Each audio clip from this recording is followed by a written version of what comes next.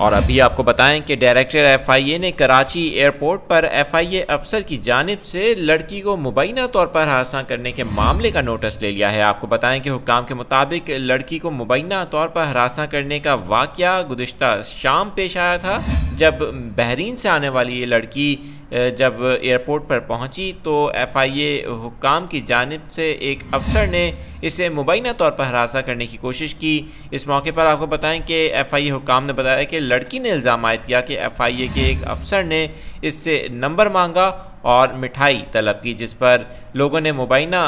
तौर पर हरासा करने वाले इस अफसर की वीडियो बनाई, जबकि वीडियो में लोगों के सवालात पर एफआईए अफसर कोई भी जवाब नहीं दे रहा। आपको बताएं कि दूसरी जानिब एफआईए अफसर का भी बयान सामने आया है, जिसका कहना है कि उसने लड़की से नंबर लिस्ट में दर्ज करने के लिए मांगा था, मजाक में मिठाई मांगी थी। लेकिन इस मामले पर अब डायरेक्टर एफआईए ने नोटिस लिया है और डायरेक्टर एफआईए सिंध आमिर फारूकी ने नोटिस लेते हुए इमिग्रेशन अफसर को मुअत्तल कर दिया है और अफसर को जून रिपोर्ट करके इसके खिलाफ महकमा जाती कार्रवाई का आगाज़ कर दिया गया है।